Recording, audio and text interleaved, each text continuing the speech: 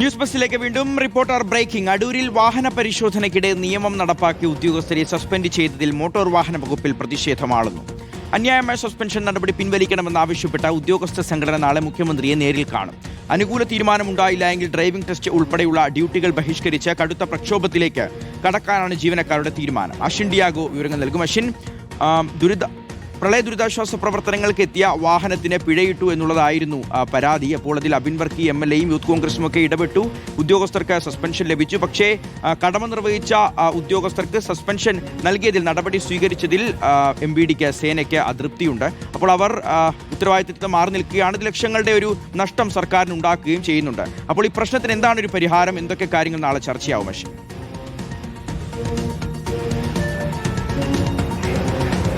ഷിഹാസ്, നാളെ നടക്കുന്ന മുഖ്യമന്ത്രിയുമായുള്ള ചർച്ചയിൽ മോട്ടോർ വാഹന വകുപ്പിന്റെ ഉദ്യോഗസ്ഥ സംഘടനയാണ് ഈ നാളെ മുഖ്യമന്ത്രിയുമായി ചർച്ച നടത്തുക. ചർച്ചയിൽ ഏറ്റവും പ്രധാനപ്പെട്ട രണ്ട് കാര്യങ്ങൾ അവരുന്നയിക്കും. ഒന്ന്, ഈ അനധികൃതമായി അല്ലെങ്കിൽ അനീതി പൂർവ്വമായി 2 ഉദ്യോഗസ്ഥരെ ഇത്തരത്തിൽ സസ്പെൻഡ് ചെയ്തിരുന്നു, ആ നടപടി പിൻവലിക്കണം. 2, ഏതൊക്കെ തരത്തിലുള്ള വാഹനങ്ങളിൽ ഏതൊക്കെ തരത്തിലുള്ള ഓൾട്ടറേഷൻ വരുത്താൻ കഴിയും എന്നത് സംബന്ധിച്ച സർക്കാർ ഒരു വ്യക്തത വരുത്തണം. എങ്കിൽ മാത്രമേ വാഹന പരിശോധനയ്ക്ക് മോട്ടോർ വാഹന വകുപ്പ് ഉദ്യോഗസ്ഥർ ഇറങ്ങുകയുള്ളൂ എന്നുള്ള പ്രധാനപ്പെട്ട 2 കാര്യങ്ങളാണ് നാളെ നടക്കുന്ന മുഖ്യമന്ത്രിയുമായി നടക്കുന്ന ചർച്ചയിൽ ഈ മോട്ടോർ വാഹന വകുപ്പിലെ ഉദ്യോഗസ്ഥർ പറയുക എന്നുള്ളതാണ്. മറ്റൊരു പ്രധാനപ്പെട്ട കാര്യം, കഴിഞ്ഞ ദിവസം തന്നെ ഈ കടുത്ത അതൃപ്തിയാണ് മോട്ടോർ വാഹന വകുപ്പിലെ ഉദ്യോഗസ്ഥർക്കിടയിൽ ഈ നടപടി സ്വീകരിച്ചത് സംബന്ധിച്ച് ഉണ്ടായിട്ടുള്ളത്. അതിൽ ഏറ്റവും പ്രധാനപ്പെട്ട ഒന്ന്, ഇന്നലെ മുതൽ തന്നെ ഇവർ വാഹന പരിശോധനയിൽ നിന്ന് വിട്ടുനിന്ന് തുടങ്ങിയിട്ടുണ്ട്. അതുകൊണ്ട് തന്നെ സർക്കാരിന് പിഴ തുകയായി ലഭിക്കേണ്ട ലക്ഷങ്ങളാണ് ഇപ്പോൾ ഖജനാവിൽ ലഭിക്കാതിരിക്കുന്ന ഒരു സാഹചര്യമുണ്ട്.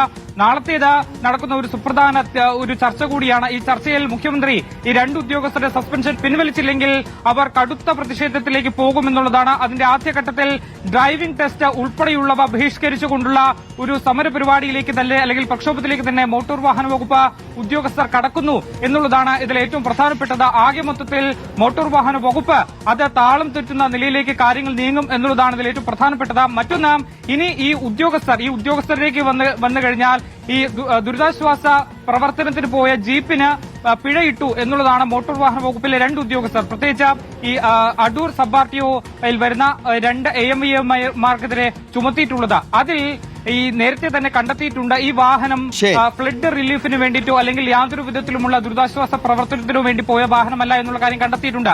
അങ്ങനെ ഇരിക്കെ എന്തിനാണ് ഈ 2 ഉദ്യോഗസ്ഥരെ ഇവർക്കെതിരെ കടുത്ത നടപടി സ്വീകരിച്ചത് എന്നുള്ളൊരു ചോദ്യമുണ്ട്. രണ്ടാമത്തേത്, ഹൈക്കോടതി നിർദ്ദേശമുണ്ട് ഇത്തരത്തിൽ വാഹനങ്ങളിൽ അനധികൃതമായി ഓൾട്ടറേഷൻ വരുത്തിയിട്ടുണ്ടെങ്കിൽ ഏറ്റവും ഉയർന്ന പിഴ തന്നെ ഇവർക്ക് ചുമത്തണമെന്നുള്ളത്. ശരി, അശ്വിൻ ഡിയാഗോയാണ് വാർത്തയുടെ വിവരങ്ങൾ നൽകിയത്.